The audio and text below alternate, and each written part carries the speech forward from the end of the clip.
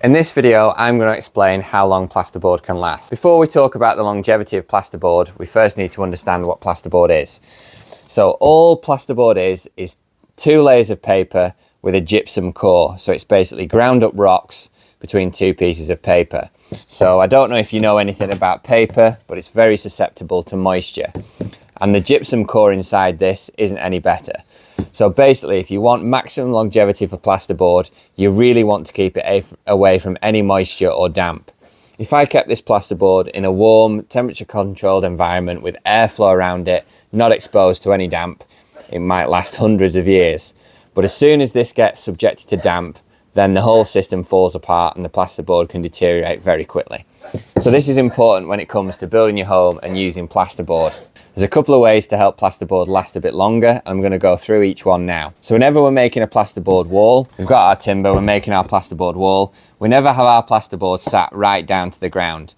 The problem with that is any moisture coming up through the floor, any rising damp can get into the bottom of that plasterboard and cause it to blow. You'll find that your plasterboard, when they're exposed to damp or moisture, can go mouldy, you can get mildew there. The water will soak up and the plasterboard will start to crumble, and slowly the moisture will soak all the way up the plasterboard until it's destroyed the whole thing, or until it's reached a point where the damp dries out. So we always raise our plasterboard up off the ground to prevent any moisture coming into contact with the plasterboard directly.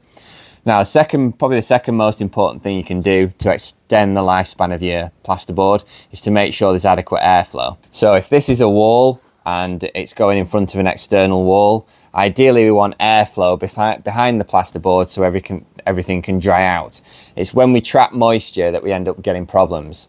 So if this is a stud wall and we've an external block wall, we'd always like to have a hole drilled in the floor to allow ventilation to go behind the timber stud wall. So we want to think about not having the plasterboard in contact with moisture. We want to think about airflow.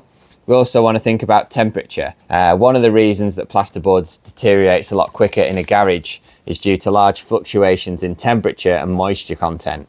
Really, if you are using plasterboard in a garage, you want to treat it like a regular room.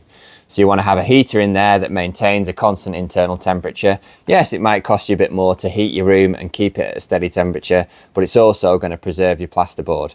So as long as the temperature remains steady and there's airflow around the plasterboard, it can last hundreds of years. But as soon as plasterboard gets damp, it crumbles quickly.